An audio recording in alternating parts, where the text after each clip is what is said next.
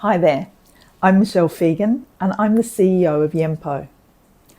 I'd like to share the top 3 reasons companies just like yours were reluctant to engage in offshore outsourcing, but are right now increasing their profit margins and keeping their customers happy. The most contentious reason: offshoring takes jobs away from my country folk. This is a valid concern.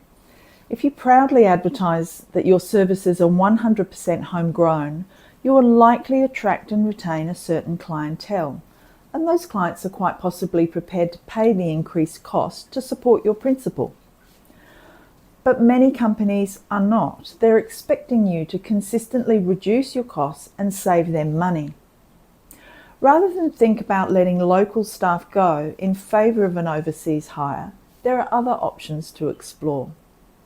For example, you might have senior, expensive staff who aren't delivering what you need them to because they're bogged down in day-to-day tasks. Instead of hiring a second expensive senior to move your projects forward, you could instead hire someone offshore to take the load off your local senior. You get your deliverables, your senior is happy, and you've saved money.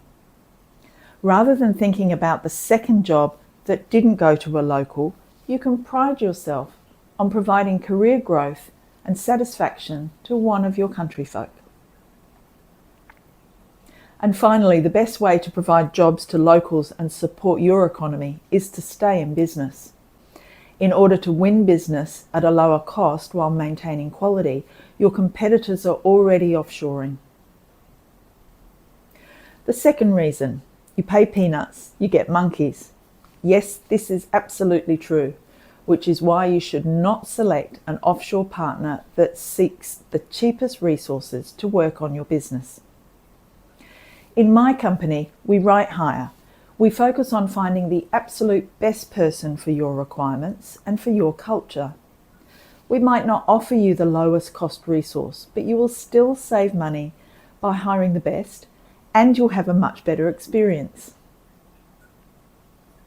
My Filipino workforce are not monkeys, and they don't perform heavily process-oriented tasks. They are talented, professional, curious, and ambitious. They're extremely loyal, and they're looking for long-term relationships with interesting clients. And we don't pay them peanuts. In order to attract the very best talent for my clients, my employees enjoy top salaries relative to the local market. They have great health insurance and other attractive benefits. Third, my customer won't accept the heavy accents or cultural disconnects. We've all experienced the frustration of call centres with their heavily scripted support models.